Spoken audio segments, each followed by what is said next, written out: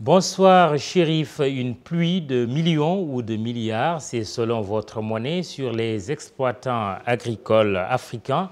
38 millions de dollars pour améliorer leur productivité et leur accès au marché. 11 pays africains, dont le Sénégal, bénéficient de ce gros chèque de la Fondation Mastercard.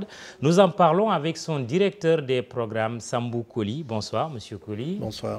Mastercard, on connaît la carte de crédit, mais la Fondation un peu moins. La Fondation Mastercard, c'est quoi? La Fondation Mastercard est une fondation privée qui a été créée en 2006 grâce à la générosité de Mastercard, la société commerciale.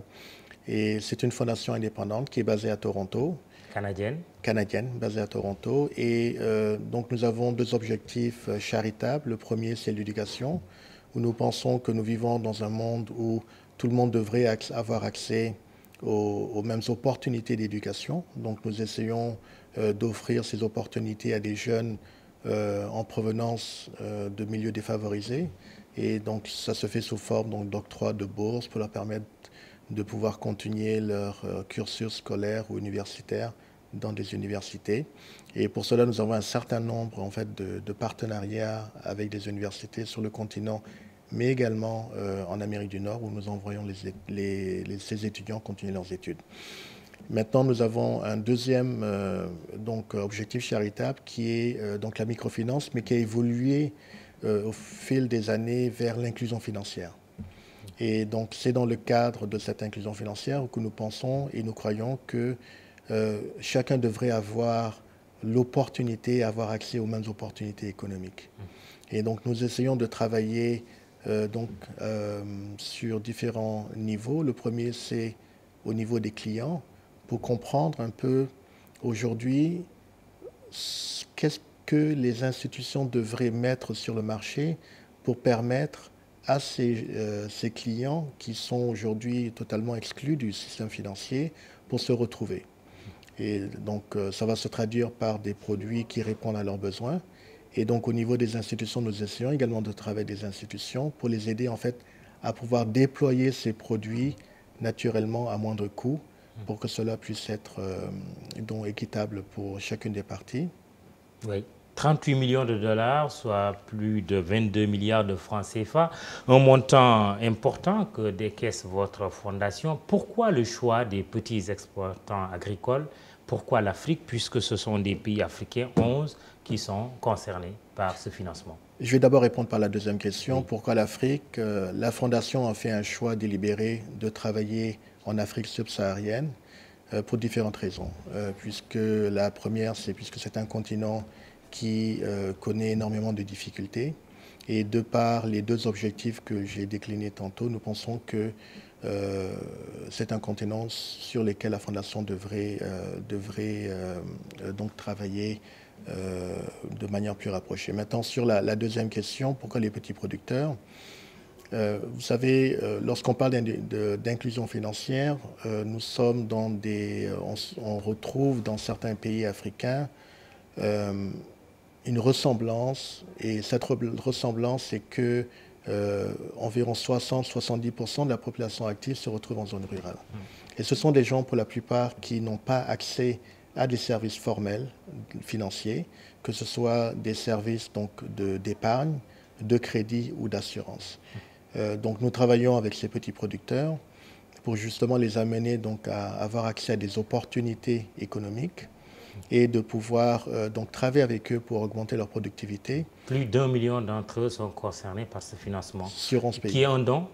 Qui est un don, effectivement. Qui est un don. La Fondation ne fait que des dons. Et donc, sur ces programmes qui nous espérons, va avoir un impact sur 1 million de petits producteurs. Et ce programme va être implanté sur 11 pays en Afrique subsaharienne, incluant le Sénégal. Je rappelle ces pays, le Sénégal, le Burkina Faso, la Côte d'Ivoire, l'Éthiopie, le Ghana, le Malawi, le Mozambique, le Rwanda, la Tanzanie, l'Ouganda et la Zambie. C'est correct. L'Afrique subsaharienne? L'Afrique subsaharienne. Oui, pourquoi aussi?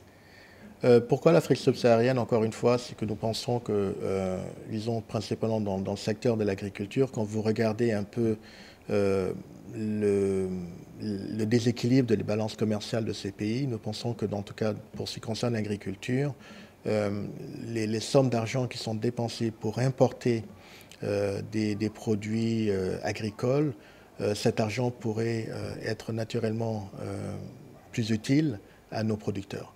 Alors il s'agit maintenant de rendre ces producteurs attractifs pour les industriels, et c'est dans ce cadre d'ailleurs que certains de nos programmes vont travailler autant avec les industriels pour les amener donc à travailler beaucoup plus avec les petits producteurs, en espérant que naturellement, en achetant plus de ces petits producteurs, les petits producteurs vont pouvoir naturellement augmenter leurs revenus. Qu'est-ce qui vous a fait agir ou réagir? Parce qu'il y a une préoccupation souvent exprimée par les organisations de producteurs, c'est que l'agrobusiness peut constituer une menace, leur terre par exemple. Est-ce que vous êtes sensible à ce message des paysans? Absolument, absolument. Il faut, et dans ce sens, la Fondation accorde un intérêt particulier à ce que nous appelons la finance responsable.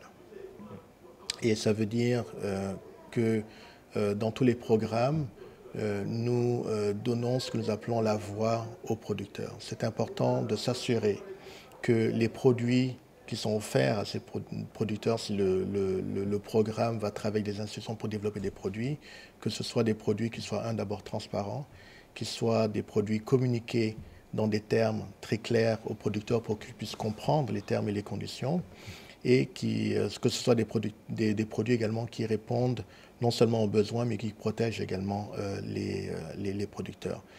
Maintenant, pour répondre à votre question de manière plus précise, je dirais que c'est une préoccupation qui est légitime, puisque donc, nous observons malheureusement trop souvent une accaparation des terres des petits producteurs. Mais dans le cadre de ce programme, ce que nous cherchons à faire, c'est de travailler avec les deux parties et de le faire de manière équitable, puisque nous pensons qu'il faut créer ce pont de confiance entre les industriels et les producteurs. Donc naturellement, le choix des partenaires industriels va se faire sur la base donc, de la finance responsable. Donc ça va être avant tout des industriels qui ont cette volonté de travailler de manière transparente et de manière équitable avec les producteurs. Et si c'est le cas, à ce moment-là, donc l'accompagnement va se faire au niveau de l'industriel pour comprendre un peu ses besoins, comprendre son cahier de charge et travailler avec les producteurs pour d'abord les regrouper et renforcer leurs capacités de sorte que les normes de qualité puissent être répondues. Donc, plus naturellement, l'industriel veut bien acheter des petits producteurs, mais en notant que la quantité puisse être disons, répondue, mais les normes de qualité également respectées. Qui est éligible à ce financement? Alors, je dirais... Quels sont les critères? Alors bon, les critères, il n'y a pas forcément, une très bonne question d'ailleurs, et merci de l'avoir posée.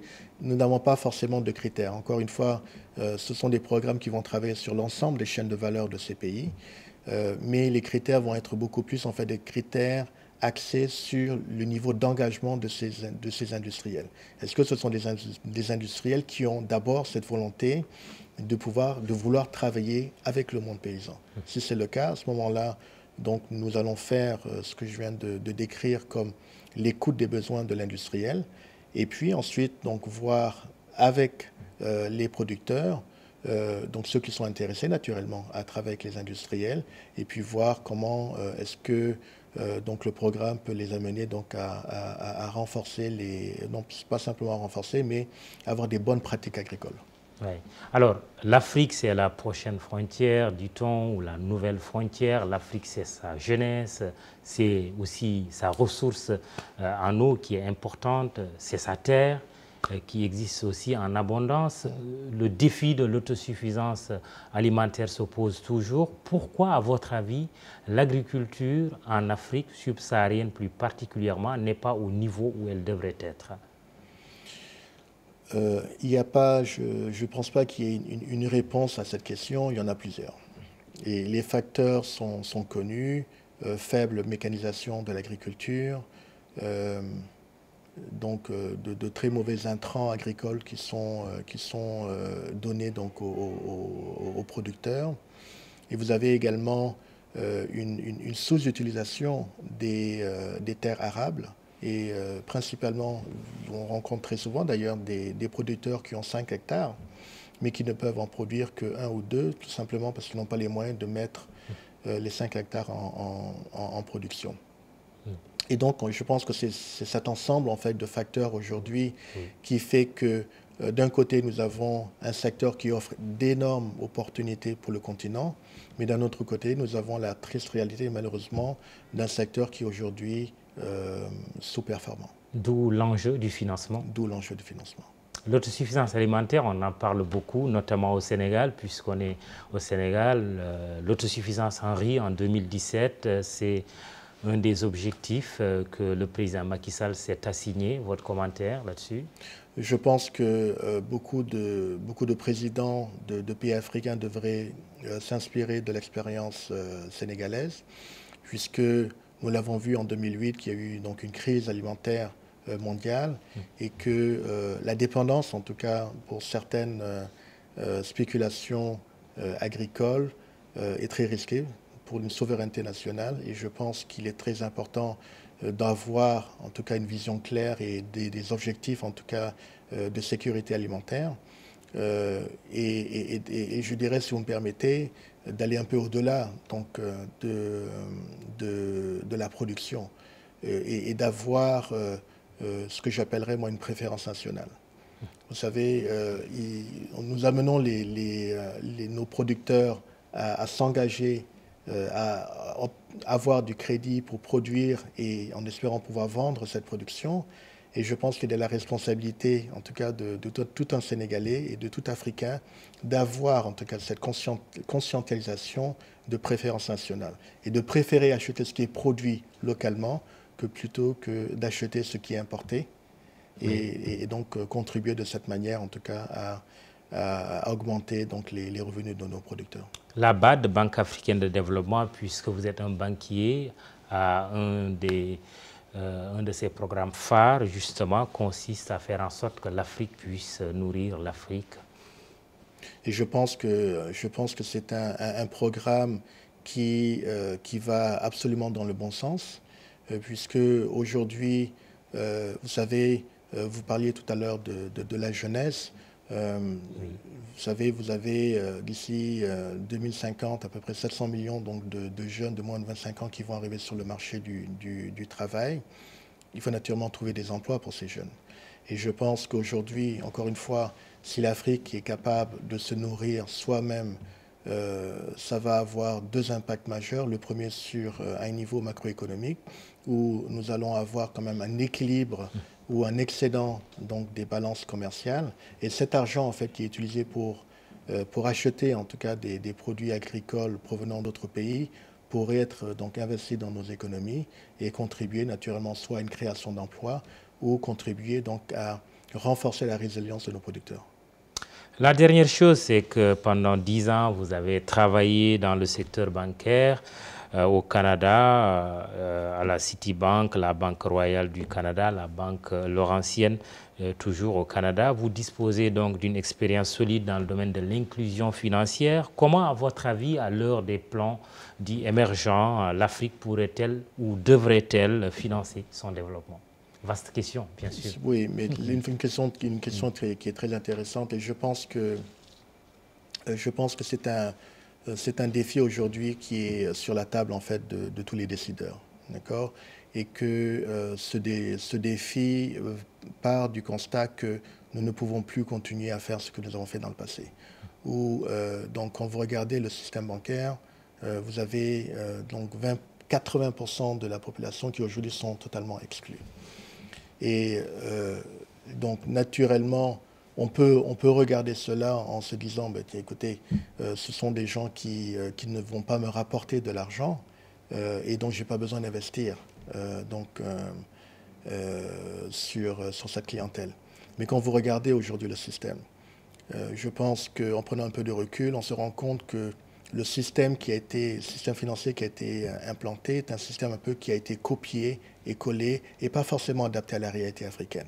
Et ce que je veux dire par là, c'est que nous avons très souvent en zone rurale une densité de la population qui est très faible.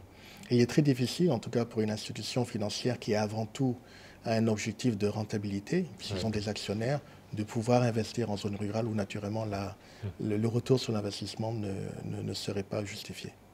Les femmes, vous ne les avez pas oubliées dans ce financement? Absolument pas. On est à la veille du 8 mars, hein? Sinon elles vont se fâcher. Absolument pas. Donc d'ailleurs, oui, pour renforcer ce que vous dites, les femmes donc font partie intégrante de la stratégie de la Fondation en termes d'inclusion financière. Et dans l'ensemble, en tout cas, de nos programmes, nous avons donc un intérêt particulier à voir comment est-ce que le partenaire va intégrer la question du genre. Merci. Sambou Koli, vous êtes le directeur des programmes de la Fondation Mastercard qui va financer des producteurs agricoles africains. 11 pays du continent sont concernés, dont le Sénégal. Le montant, 38 millions de dollars pour améliorer leur productivité et leur accès au marché. Chérif, c'est tout pour ce soir. Si tu as un projet agricole, bon, Monsieur Sambou est là pour toi. Merci demain. Rendez-vous avec Antoine Diouf. Excellente soirée.